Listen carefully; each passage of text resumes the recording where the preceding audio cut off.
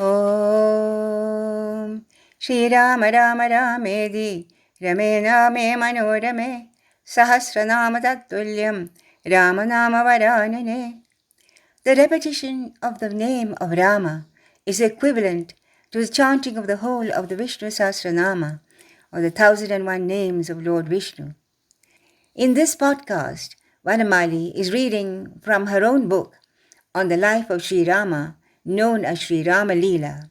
May Lord Rama's blessings fall upon all those who listen to this with Shraddha and devotion, faith and bhakti. Hari Om. That's it.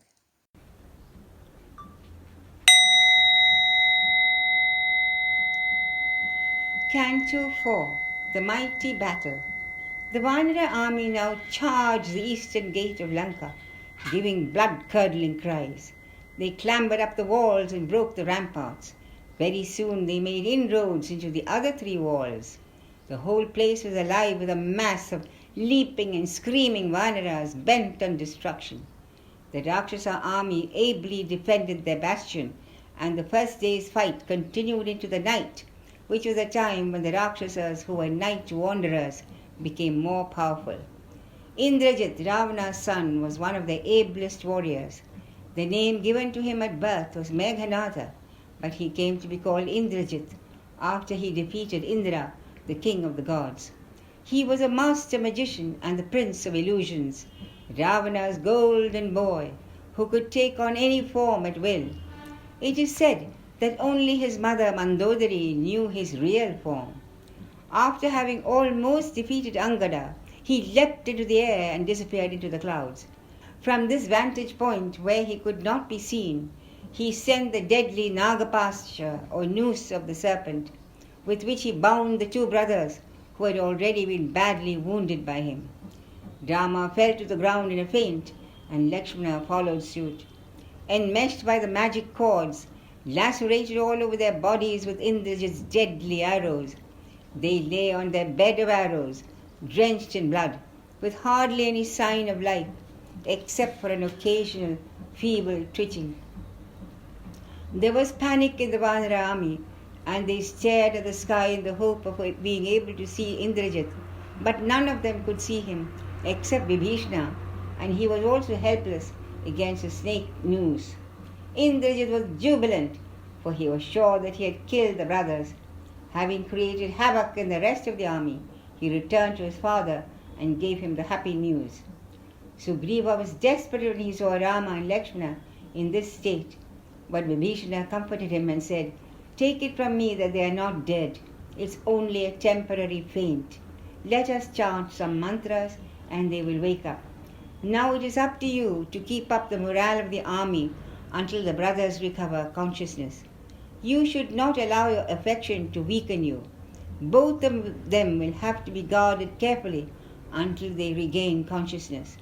In the meantime, Indrajit entered the city, covered with glory, and gave the happy news to his father that he had killed his 2 enemies.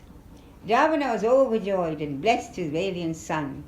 That night the whole of Lanka slept peacefully. In the morning, Ravana sent for the Rakshasis who were looking after Sita and told them to tell her that her husband lay dead on the battlefield. Since she would not be convinced by mere talk, he told them to take her in his aerial vehicle called the Pushpaga and let her survey the battlefield from the air and observe the body of her husband. Tell Sita to forget her husband and come to me, since now she has no other recourse but to accept my love and become my wife. The Rakshasis forced Sita to get into the vehicle and took her over the battlefield, where she saw for herself the devastation in the Vanara army. In the midst of the sea of corpses of dead and dying monkeys, she suddenly spied her beloved husband and his brother lying on a bed of arrows, their bodies bleeding and inert. She could no longer see clearly due to the tears that were flowing in torrents from her eyes. For some time the shock made her keep absolutely silent, but then she started to moan and bewail her fate. How is it that my Rama, who killed all the Rakshasas at Janasthana, single-handed, could not counteract the effects of these deadly arrows of the evil-minded son of Ravana? Our Guru Vasishtha prophesied that my Rama would perform many Ashwamedha yagas and win great fame as a king, and I would never be a widow and would be the mother of heroic sons. How is it that all these words have proved false? There is no one that we can trust. Fate is all powerful. Of what use are the lotus marks on my feet, which proclaim that I will be a queen? I have all the 12 auspicious signs.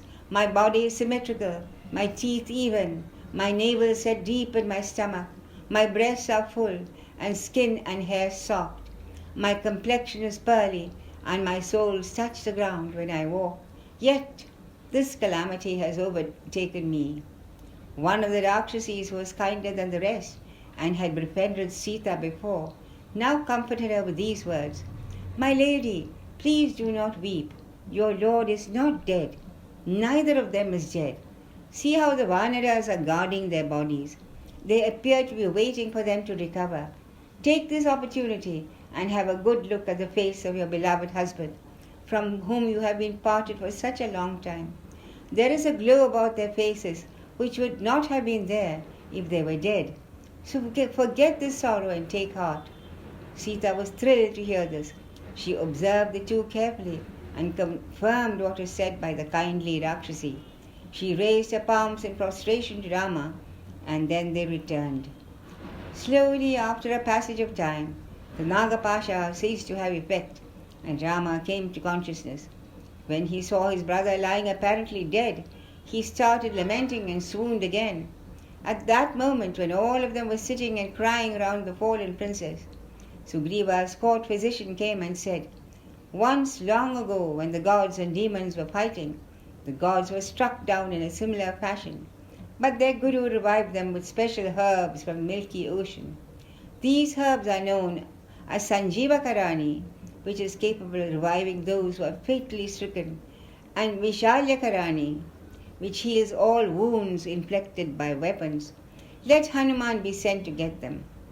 Hardly had he finished speaking when a tempestuous wind rose from the ocean, making the waves leap up into the sky.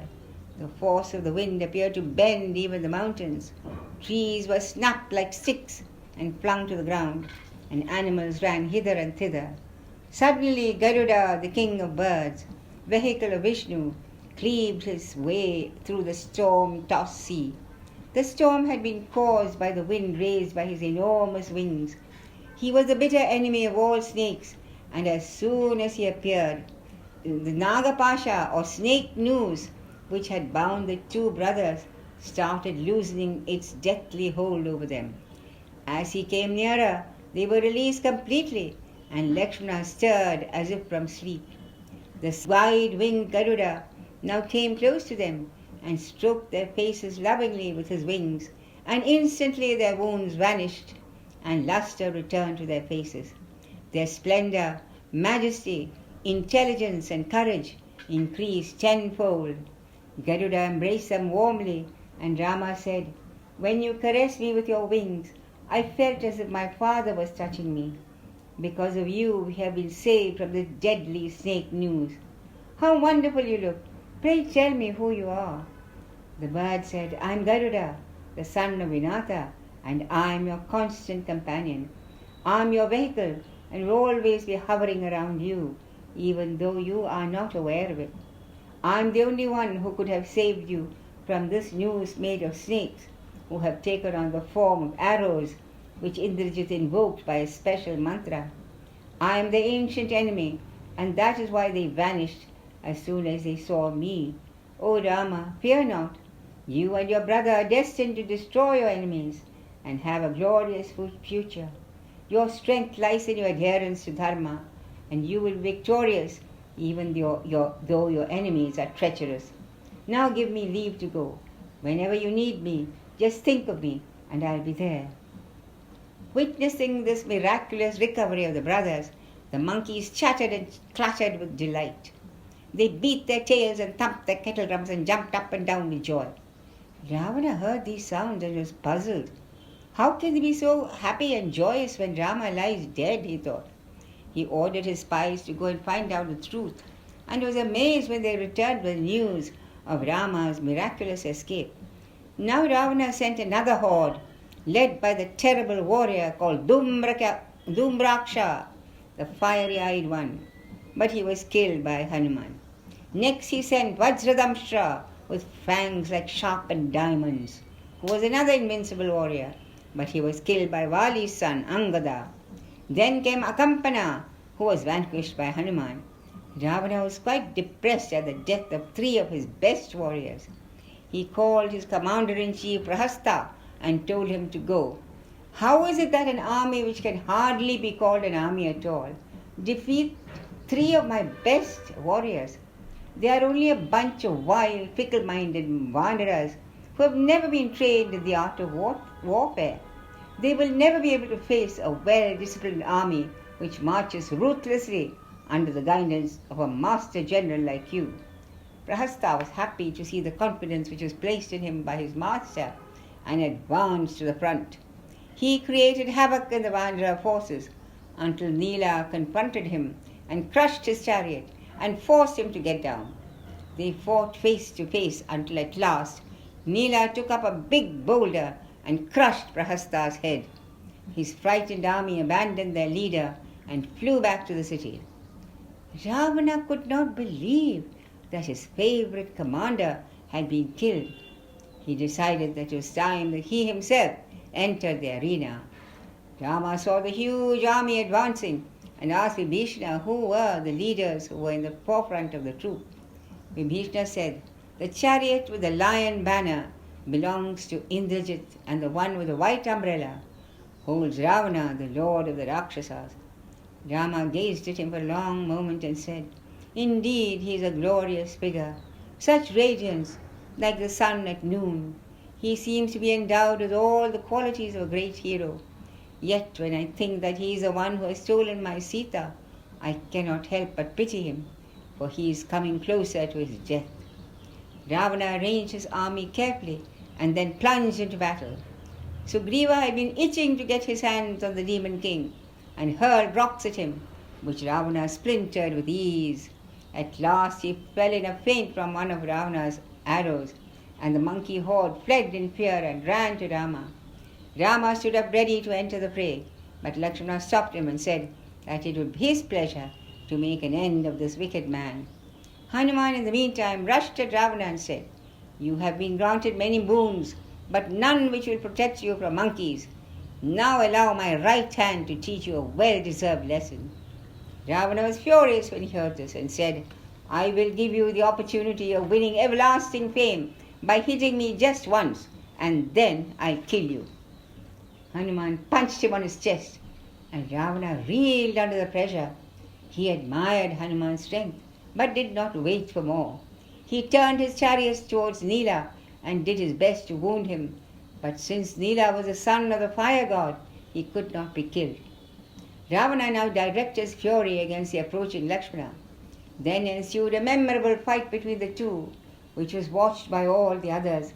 At last Ravana was compelled to use the Shakti weapon given to him by Brahma. He hurled it at Lakshmana, who fell down in a swoon. With a smile, Ravana came close and tried to lift him up, but was unable to do so. He was amazed that he could not do it. He who had once lifted the mountain Kailasa was now unable to lift Rama's brother. Hanuman came and struck Ravana down from his chariot, and before he could recover from the blow, he carried Lakshmana back to Rama. As soon as he reached Rama, the Shakti weapon left his side and returned to Ravana, and Lakshmana was his old self. Ravana was bent on causing havoc to the Vanara army, and Rama decided it was high time for him to enter the fray. Hanuman begged him to use his shoulder as a vehicle, since Ravana was fighting from a chariot and Rama from the ground. Rama agreed and went to battle on Hanuman's shoulder. At last the two protagonists came face to face.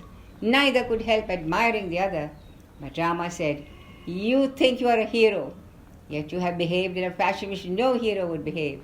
You deserve nothing but death, and I will see that you get it." Without answering, Ravana took up his bow and aimed an arrow at Hanuman. It fell off from the mighty hero like a mango leaf from the tree. Rama was furious when he saw the attack on Hanuman, and he broke Ravana's chariot and wounded his horses and charioteer. Another arrow in Ravana's chest made him reel, and still another cut off his golden crown, which rolled on the dust. The king of the Rakshasas was now without his crown, his bow, and his chariot. Denuded of his accoutrements, he appeared to have lost half his splendor. Rama took pity on him and said, "You have acted in an unforgivable manner, yet I see that you are very tired, so I will refrain from killing you now. Go home and take rest, and return with another bow and a chariot. Then I'll show you what I am capable of." Ravana returned to Lanka, crestfallen and ashamed, his pride totally humbled. Thus ends the fourth canto, called the Mighty Battle of the Yuddha Kanda in the glorious Ramayana of the sage Valmiki. Hari Om Tat Sat.